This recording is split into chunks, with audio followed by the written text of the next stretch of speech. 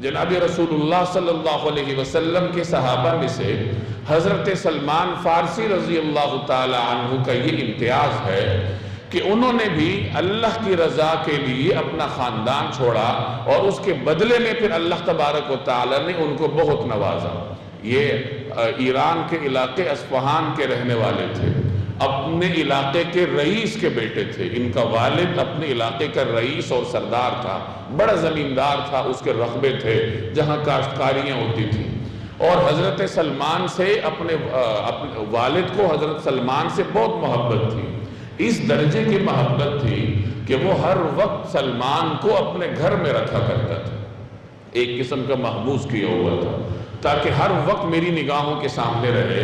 یعنی والد اپنی نگاہوں کے سامنے رکھنے کے لیے حضرت سلمان کو ہر وقت گھر میں رکھا کرتے تھے۔ ایک دفعہ ایسا ہوا کہ والد کو کوئی کام تھا گھر پہ، وہ اپنے رقبے پر زمین کی طرف نہیں جا سکتا تھا، تو اس نے حضرت سلمان سے کہا کہ آج میں نہیں جا سکتا، یہ گھر پر کچھ کام کاج ہیں، تو تم چلے جاؤ اور زمینوں کا خیال کرو، اور جو روزمرہ کے کام کاج ہے آج تم انجام دو۔ حضرت سلمان گھر سے نکلتے ہیں زمینوں پر جانے کے لیے۔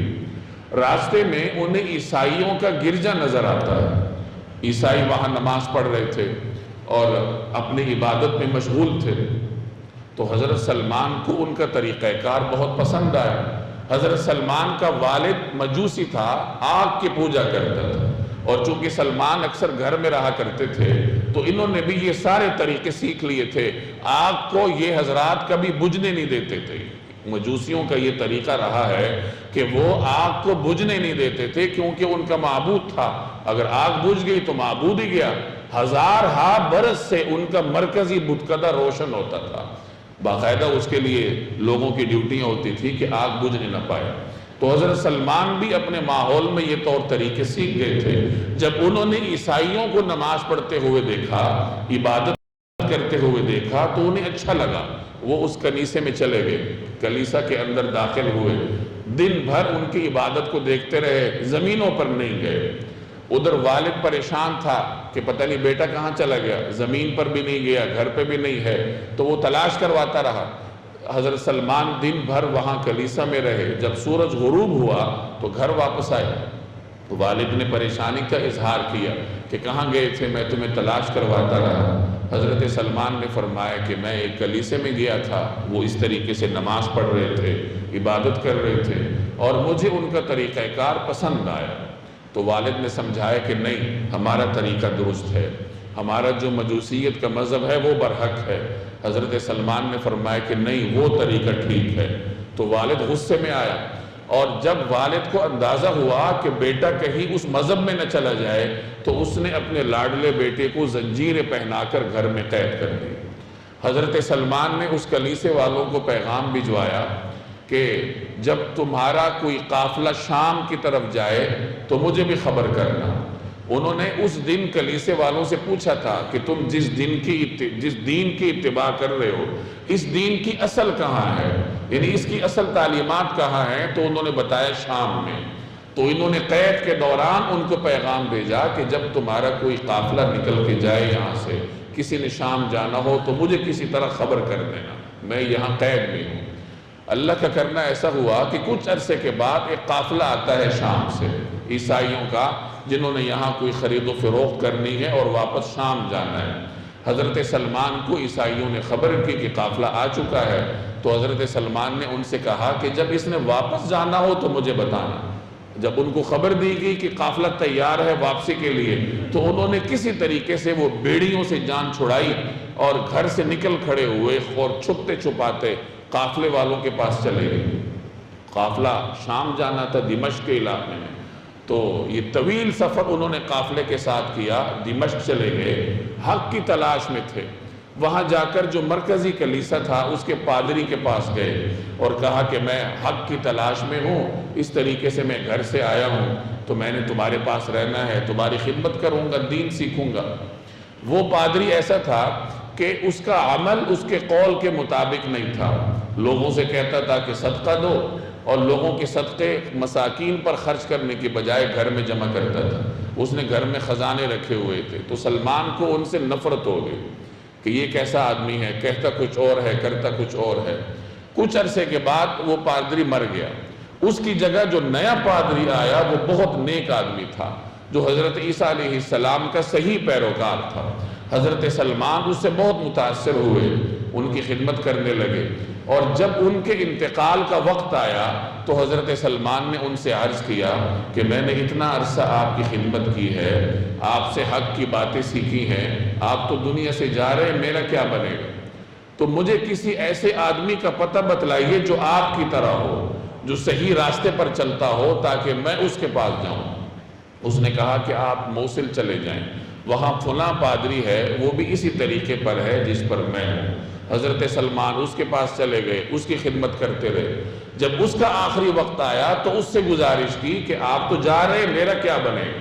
تو مجھے کسی ایسے آدمی کا پتہ بتلائے جو آپ کی طرح ہو۔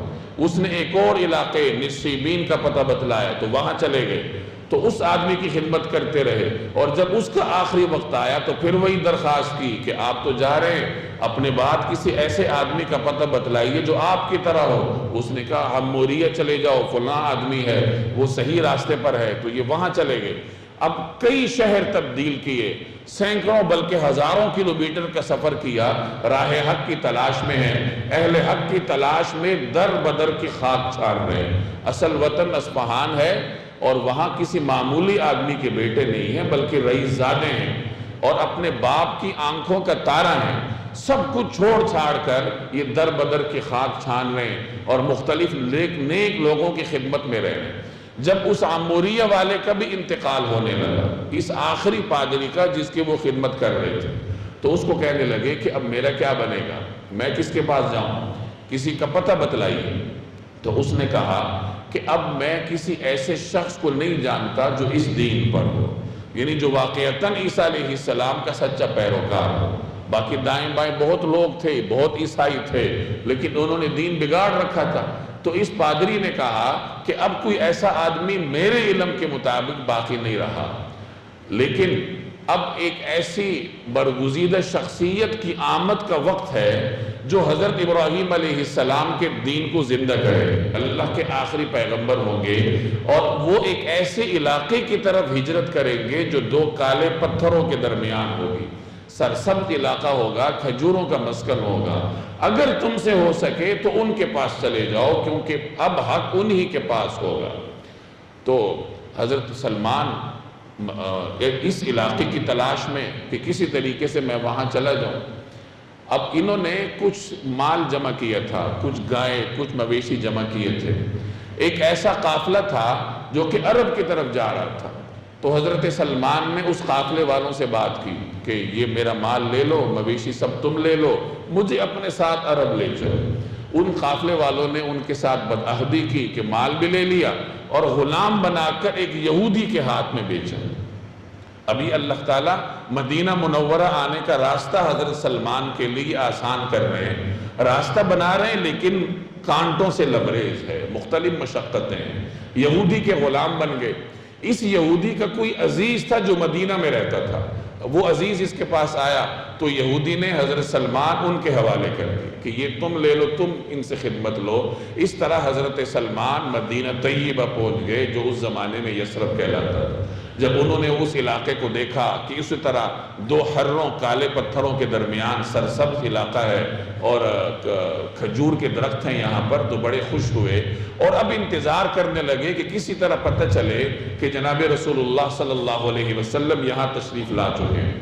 اس زمانے میں نبی کریم صلی اللہ علیہ وسلم کی بعثت ہو چکی تھی، مکہ مکرمہ میں آپ کی تعلیمات جاری تھیں، اور یہاں یثرب میں بھی مختلف حضرات مسلمان ہو چکے تھے۔ حضرت سلمان کو خبر نہ ہو سکی کیونکہ غلامی کی زندگی گزار رہے تھے، دن بھر کام کاج کرتے تھے، اور ایسے مصروف تھے کہ گرد و پیش کی خبروں سے اپنے آپ کو باخبر رکھنا ان کے لیے مشکل تھا۔ خود فرماتے ہیں کہ ایک دن میں اپنے مالک کے باغ میں کھجور کے درخت پر چڑھ کر کچھ کام کر رہا تھا، اور مالک یہودی نیچے بیٹھا ہوا تھا۔ اس کے پاس کوئی عزیز آیا، اور وہ عزیز آ کر اس کو کہنے لگا کہ وہ جو نئے دین کے داعی ہیں وہ آ چکے ہیں، قباء میں ہیں، اور ہمارے لوگوں کو کیا ہو گیا، وہ جوق در جوق اس کے پاس جا رہے ہیں۔ سلمان فرماتے ہیں کہ جب یہ خبر میں نے سنی تو قریب تھا کہ کہیں میں درخت سے اپنے مالک پر گر نہ پڑوں. یعنی اس قدر جذبات میں اور خوشی میں جیسے آدمی وجد میں آ جاتا ہے تو اس طریقے سے ان کے اندر خوشی کے جذبات امڑ پڑے. تو فرماتے ہیں کہ میں جلدی سے نیچے اترا اور میں اس کو کہنے لگا کہ ذرا بتاؤ تم کیا کہہ رہے تھے. تو مالک غصے ہوا کہ تمہیں میں نے کس کام پہ لگا رکھا ہے اور تم کیا کہہ رہے ہو, جاؤ اپنا کام کرو. تو دن بھر اپنا کام کرتے رہے اور شام کو کسی طرح وقت نکال کر نبی کریم صلی اللہ علیہ وسلم کی خدمت میں تشریف لے گئے. آپ علیہ السلام اس وقت قباء میں تشریف فرما تھے. یعنی مکہ سے ہجرت کر کے رسول اللہ صلی اللہ علیہ وسلم مدینہ جا رہے تھے, اور آپ جانتے ہیں کہ سفر ہجرت میں آپ کی پہلی منزل قباء تھی, وہاں آپ نے قیام فرمایا تھا. جب حضرت سلمان اس آخری پادری سے رخصت ہو رہے تھے اور پادری کا انتقال ہو رہا تھا جس نے رسول اللہ صلی اللہ علیہ وسلم کے بارے میں اس کو خبر دی تھی, تو اس نے 3 نشانیاں بتائی تھی کہ وہ پیغمبر ایسے ہوں گے کہ صدقے کا مال نہیں کھائیں گے, ہدیہ قبول کریں گے, اور ان کے دونوں کندھوں کے درمیان مہر نبوت ہوگی. حضرت سلمان نے کچھ مال جمع کیا اور نبی کریم صلی اللہ علیہ وسلم کی خدمت میں لے گئے اور عرض کیا کہ یا رسول اللہ, یہ صدقے کی کھجوریں ہیں, آپ کی خدمت میں حاضر ہیں. نبی کریم صلی اللہ علیہ وسلم نے صحابہ سے فرمایا کہ تم لوگ کھاؤ اور خود اپنا ہاتھ روکا. تو حضرت سلمان خوش ہو گئے کہ پہلی علامت پوری ہوگی. اگلی مرتبہ پھر کھجوریں لے کر حاضر ہوئے اور درخواست کی کہ آپ تو صدقہ تناول نہیں فرماتے, تو یہ ہدیہ ہے, یہ میں ہدیتاً آپ کی خدمت پہ پیش کرتا ہوں. تو حضور صلی اللہ علیہ وسلم نے خود بھی تناول فرمائے اور صحابہ کرام سے کہا کہ تم لوگ بھی کھاؤ. تو خوش ہو گئے سلمان کہ دوسری علامت بھی پوری ہوگی. اب ایک موقع پر رسول اللہ صلی اللہ علیہ وسلم جنت البقیع میں تشریف فرما تھے, کسی جنازے کے ساتھ تشریف لائے تھے. حضرت سلمان کو موقع ملا, وہ پھر حاضر ہو گئے. اب تیسری علامت دیکھنی تھی, مہر نبوت. تو حضور علیہ السلام تشریف فرما ہیں, حضرت سلمان ان کے آگے پیچھے گھوم رہے ہیں کہ کسی طریقے سے مجھے وہ دونوں کندھوں کے درمیان مہر کی زیارت ہو جائے. رسول اللہ صلی اللہ علیہ وسلم سمجھ گئے کہ یہ مہر دیکھنا چاہتا ہے, تو آپ صلی اللہ علیہ وسلم نے اپنے کندھے مبارک سے چادر سرکا دی. حضرت سلمان نے مہر نبوت دیکھ لی تو بس ان کی تو مراد بر آئی. تو چنانچہ رسول اللہ صلی اللہ علیہ وسلم کے دست اقدس پر اسلام قبول کیا اور اپنے مالک کے ساتھ غلامی کی زندگی گزار رہے تھے, اس لیے بدر اور احد میں شرکت نہ کر سکے. بعد میں نبی کریم صلی اللہ علیہ وسلم نے ان کے لیے آزادی کا انتظام کیا. مالک نے 300 کھجور کے درخت کی شرط لگائی کہ کھجور کے درخت مجھے دو, اور جب وہ سرسبز ہو جائیں تو پھر ایک شرط پوری ہوگی. رسول اللہ صلی اللہ علیہ وسلم نے صحابہ سے فرمایا اپنے بھائی کے لیے درختوں کا انتظام کرو. صحابہ نے چندہ کیا, کوئی 2 درخت لایا, کوئی 10 درخت لایا. 300 پورے ہوئے تو حضور علیہ السلام نے حضرت سلمان سے فرمایا کہ یہ لے جاؤ, ان کے لیے گڑھے کھودو اور پھر مجھے اطلاع کرنا, میں خود ان کو نصب کروں گا.